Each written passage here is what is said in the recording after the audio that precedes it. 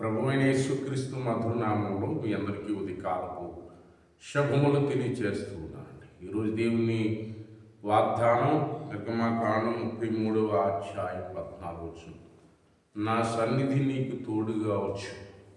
దేవుడు ఉదయకాలం దేవుని బిడ్డలారా, దేవుని యొక్క మహిమ నీకు తోడుగా వచ్చు. ఆనాడు మోషేతో దేవుడు చెప్పాడు, ఇశ్రాయేలీయులు ఐగుప్తు నుండి అరణ్యం దిశగా కానాను వైపు నడుస్తూ ఉన్నప్పుడు దేవుడు మోషేతో వాగ్దానం చేసి నెరవేర్చినట్లుగా మనం చూస్తున్నాం. పిల్లలు ఇది కాలం దేవుడు మనం ఏ ప్రయాణాలు పరిపాట్లో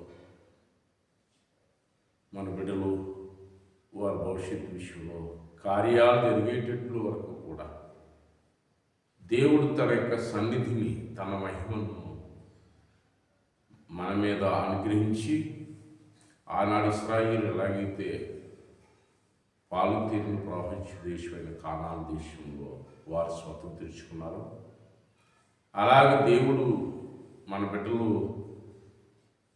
బిడ్డలకు తోడే ఉండి ఆయన వాగ్దానాలు, ఆశీర్వాదాలు దేవుడు మనకి, మన కుటుంబాలకు అది కాలం తోడు ఉండి ఆయన అనుగ్రహించి వాడే ఉన్నాడు.